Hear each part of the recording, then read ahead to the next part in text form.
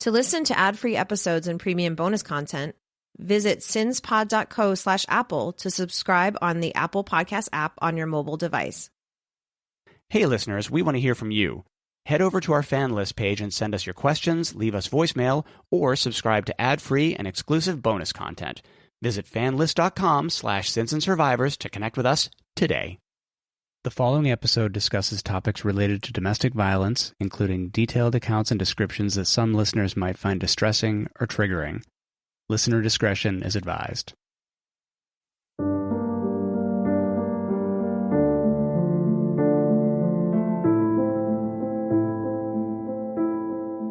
Las Vegas is without a doubt the entertainment capital of the world, with A-list performers lighting up the strip every night of the week. In clubs all over town, large and small, every night is a party, and your hosts work hard to keep the drinks flowing and make sure you feel like a VIP. For one Las Vegas model and entertainer, her boyfriend's admiration became obsession and jealousy. An argument after a night out turned deadly, and Tabatha's loved ones have been searching for justice ever since. Tabatha's story is another tragic tale of domestic violence in Las Vegas. In this episode, the pursuit of justice takes center stage. Welcome back to Sins and Survivors, a Las Vegas true crime podcast with a focus on domestic violence cases. I'm Shaun, and with me, as always, is the one and only John. I am the only John in the room. Like we said at the top of the show, Tabatha's loved ones are seeking answers, justice, and accountability. Her family has called attention to the number of domestic violence homicides that happen in Las Vegas every year. Sadly, their daughter and friend, Tabatha, was just one of at least 25 women murdered by an intimate partner so far this year in Las Vegas. So, John, do you want to start us off with some information about the case we're talking about today? Sure. Our case this week is the story of Tabatha Tozzi, who was murdered by her boyfriend, Oswaldo Nathaniel Perez Sanchez, on April 22nd, 2023, just 7 months ago. She was born June 21st, 1996, so she was 26 at the time of her murder, and she was born in Japan, according to her mom's Instagram. Her Facebook says that she was from Sao Paulo, Brazil, though. Tabatha moved to Las Vegas from Los Angeles when she was about 8 years old. Her mom's name is Regina Lacerda, and she is an only child. Tabatha has said how Regina raised her as a single mom with the help of her grandma.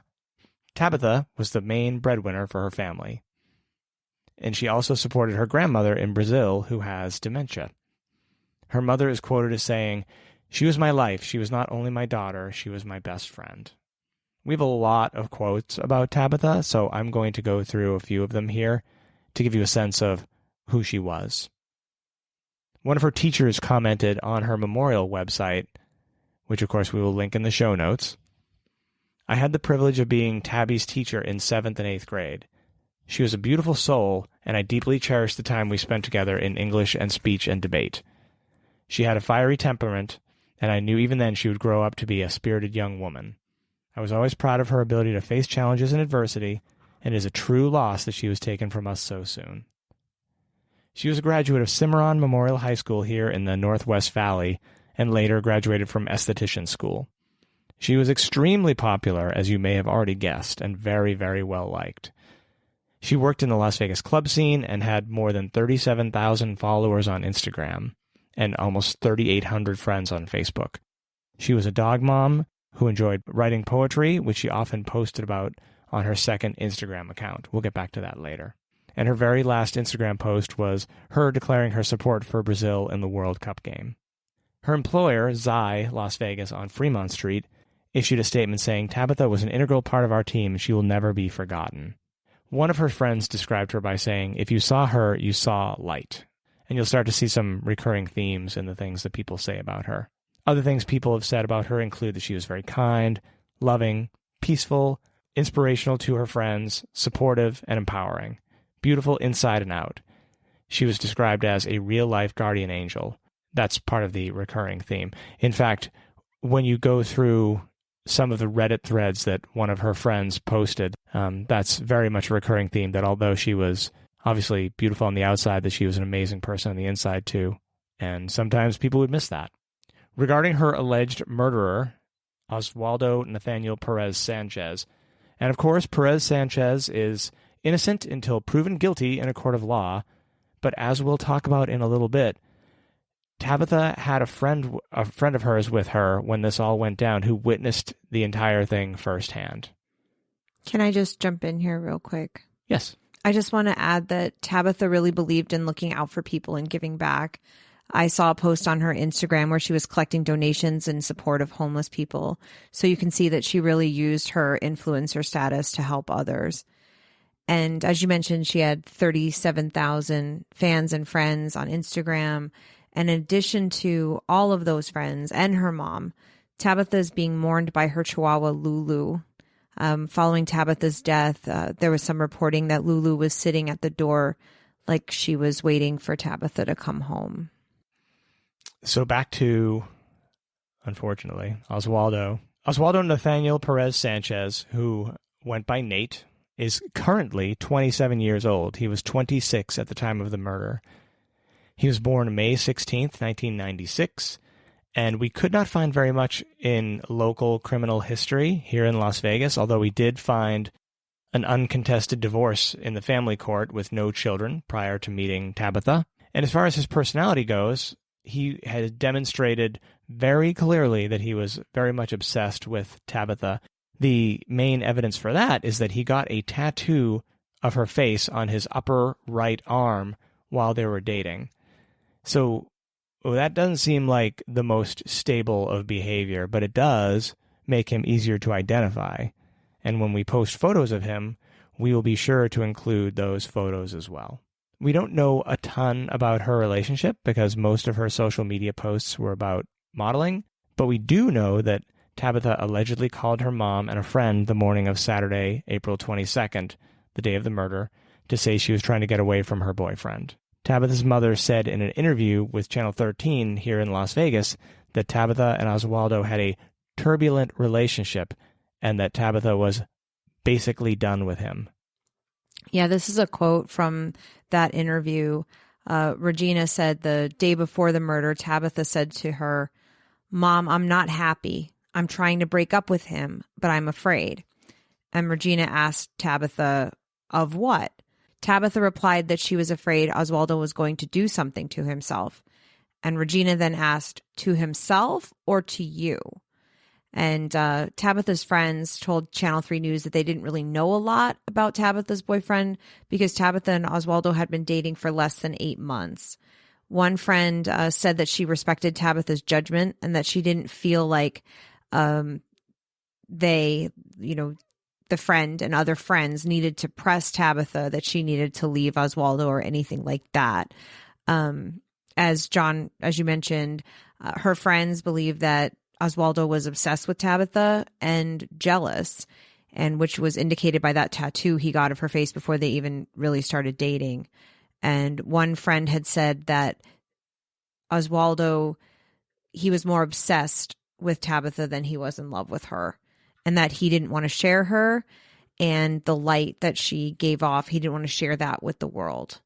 And another friend has stated that she felt there were warning signs that the relationship was abusive or potentially abusive. She said that Tabatha was not able to go out when Tabatha wanted to go out, and that she had to be on speakerphone. Whenever Tabatha was talking to a friend on the phone or whatever, Oswaldo would have her put the phone on speaker so he could hear the conversation. So there's a lot of controlling behavior, obsessive, jealous behavior that we were kind of hearing about from these friends. Even though someone said, oh, there weren't a lot of red flags because it was only 8 months in, I think taking as a whole these little bits and pieces that the mom and other friends have seen, that it looks like there was some indication that this relationship was abusive or had the potential to become abusive. And to be clear, we're not here to question her choices in who to date or do any sort of Monday morning quarterbacking on why she didn't see the signs earlier. None of that stuff. We are not here for that. We're just pointing out some of the things that we know were true and, just examining them in retrospect. Some of the stuff is pretty crazy. So as far as the murder itself goes, it happened on Saturday, April 22nd, 2023, just 7 months ago at 11 a.m. happened at the 8100 block of Leger Drive, which is on just off South Cimarron Road and north of Alta in North Las Vegas. So Tozzi's friend, who was with her at the time of the murder, who has said in a couple of places she wants to remain anonymous, said they were returning from a night out on Saturday morning when a fight between Tozzi and her boyfriend escalated. Tozzi's friend said that Tabatha was trying to leave in her own vehicle, but that Perez Sanchez would not let her, and he had taken her keys. He then shot her in the head. So after that, Tozzi's friend said Perez Sanchez approached her in her car with a gun, demanding that she get out of the vehicle. So the friend let him take her car and then rushed to Tabatha to help her. She said that at first she couldn't tell where Tabatha had been injured, but she called for help, and that Tabatha was still alive, gasping and fighting, while they waited 10 minutes for the police and first responders to arrive. I just want to add that John and I will continue to research and try and find information about this case, but these part of the facts kind of get jumbled depending on which news source you're following or which friend or Tabatha's mother is speaking about what happened. Sometimes it sounds as if Tabatha may have been shot in the apartment, that Oswaldo shot her in the apartment when Tabatha was trying to leave. Other times it sounds like Tabatha was in her own car when she was shot. It's my understanding that Oswaldo then carjacked the friend and took the friend's car, but sometimes it sounds with the pronouns get mixed up, and when people are being kept anonymous, it sometimes sounds like maybe it was Tabatha's car he stole. But in any way you look at it, Oswaldo shot Tabatha. Her friend was there when that happened, and then Oswaldo stole either Tabatha's car or Tabatha's friend's car. So that car was later recovered with him nowhere to be found. She was taken to UMC and put on life support, and she died on Monday night with about 24 people at her bedside, her friends said. Tabatha was an organ donor and potentially saved dozens of lives through that, according to Channel 13 News. And given everything we've learned about Tabatha, I am not at all surprised to learn that she was also an organ donor. Everyone that ever spoke about Tabatha commented on how giving she was and how giving she was, and that she really cared about everyone around her. So it follows that she would be an organ donor thinking about other people, not just herself. Going back to the morning of the murder, Regina, Tabatha's mom, stated that she received a terrifying phone call from Tabatha asking her mom to come and pick her up. And detectives investigating the murder determined that Tabatha had been in an argument with Oswaldo, her boyfriend, before being shot. And during that argument, the boyfriend took out a firearm, shot her, and then fled the scene. That is as much as John and I have about an official police statement about what happened the day of the murder. According to Tabatha's GoFundMe, Regina, her mom, raced over in a panic, and this is what her mom said, quote, "When I arrived at the scene, it was the worst fear any mother could have. My daughter had been shot by the man who claimed to love her and whom I trusted with my daughter, who was my entire world. She is all I had left, and my heart is completely shattered." And in a news interview later, Regina said, "I went blind because my heart said that something was very wrong, and I couldn't make it. I couldn't make it there on time to save my daughter." And it's really hard to imagine that level of fear or pain that Regina was experiencing after getting that phone call and rushing to the scene and getting there too late to save her daughter. So moving on to the investigation, which is extremely frustrating. The Clark County coroner announced on May 2nd, remember the murder took place on April 22nd, so the Clark County coroner announced on May 2nd that her death was a homicide. Las Vegas Metro Police announced also on May 2nd that Perez Sanchez is a person of interest. So that was nearly 2 weeks later, and that's when they released his photo. One of Tabatha's friends said that when she heard the police had finally released his name as suspect, she cried happy tears, and is finally happy that his name and face are out there. So Perez Sanchez is still out there and wanted for murder. His charges include open murder with the use of deadly weapon or tear gas, coercion constituting domestic violence with threat or use of physical force, robbery with the use of a deadly weapon or tear gas, and grand larceny of a motor vehicle. And unfortunately, we don't know where he is. A lot of theories on Reddit from her friends and seem to indicate that they think he might have gone back to California. If you look at a lot of his photos, you'll see he's wearing a lot of Dodgers paraphernalia. We've never really been able to find out where he's from, where he grew up, but some also suspect that he has fled all the way to Mexico. But he is in the wind. As far as the aftermath goes, the family had several events to honor her.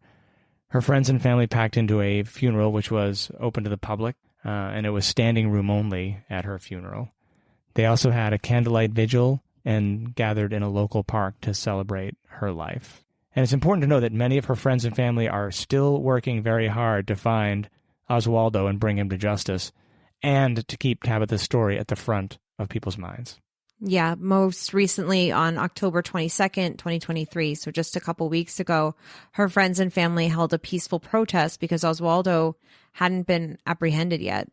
They gathered in front of Las Vegas Metro Police's headquarters to draw attention to the case and to basically demand the police for an update about where this investigation stands and their efforts to locate Oswaldo and arrest him.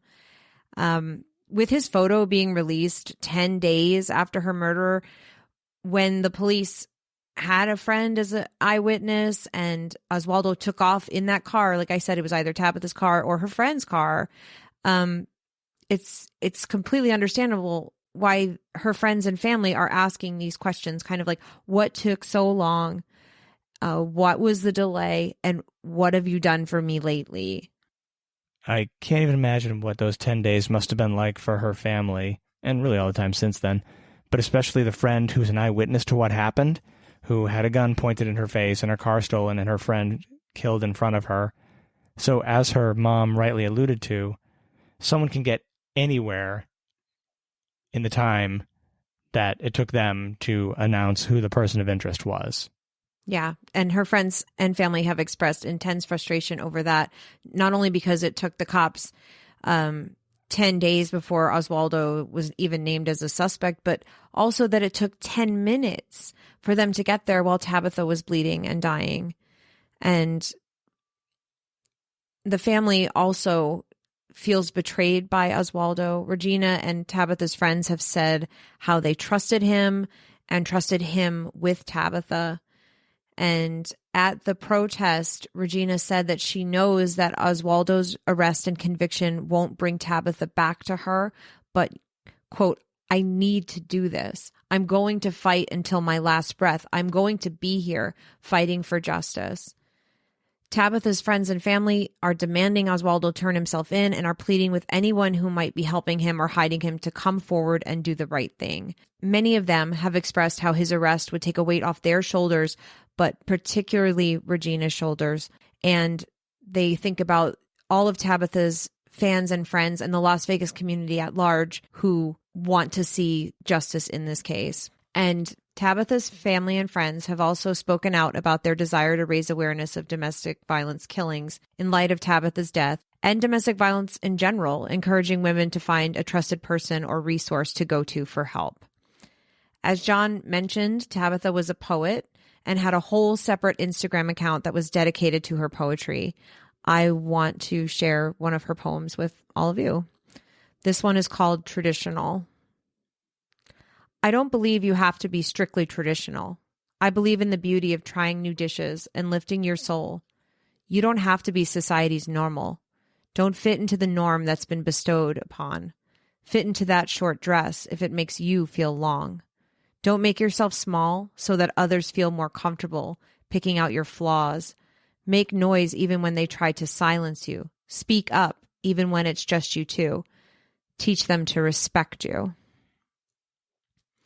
And as John said, Tabatha had a Instagram that she was very active on. She posted all of her pictures from modeling and different events she worked on, traveling she did during her life.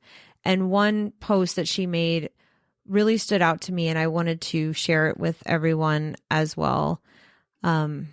She posted this on International Women's Day. So she writes, I just wanted to take the time to write out and say Happy International Women's Day. It's so important for women to stand up for other women. Female energy is beyond powerful that it makes certain people uncomfortable. Shout out to all the intellectual, smart, driven women who speak their minds and encourage other women to speak up and not stay quiet. I kid you not. I probably get the phrase, you're different than most girls. I've never had an intellectual conversation with other girls the way I have with you.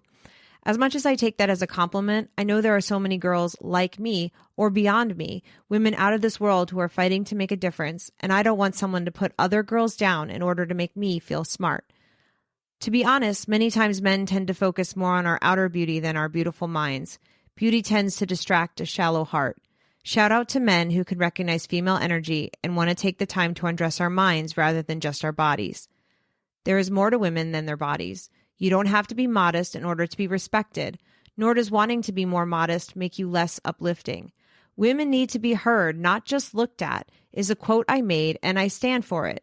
I know most of my Instagram is filled with pictures of myself, and wanting to be a model is based on image, but I'm more than that. I want to get to where I want to be, having a voice and making a mark in the world. So please never stop speaking up, even in a room filled with men. Never be afraid to speak your truth. We need more women feeling comfortable in their own skin and voice. We need more women like you. So even though Tabatha is gone, with her words, her poems, she is continuing to inspire and encourage people. And I think that's a really beautiful thing. We've posted and will continue to post photos of Oswaldo along with his wanted poster from the FBI. We also mentioned that the FBI is offering a $10,000 reward for information leading to his arrest. So please share his photo and mention his name, because all it takes is for one person to recognize him to bring him in for this murder.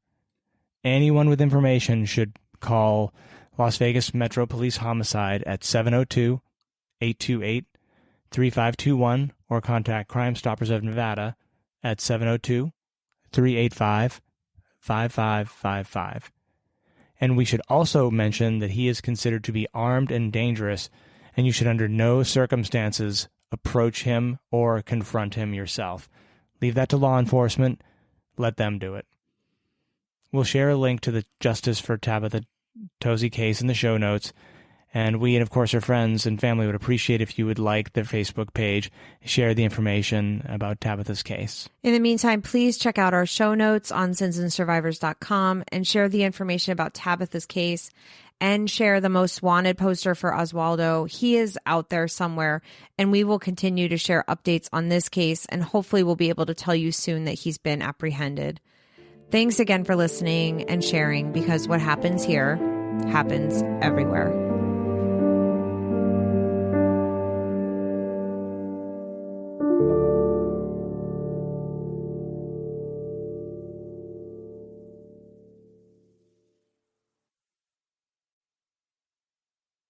Thanks for listening.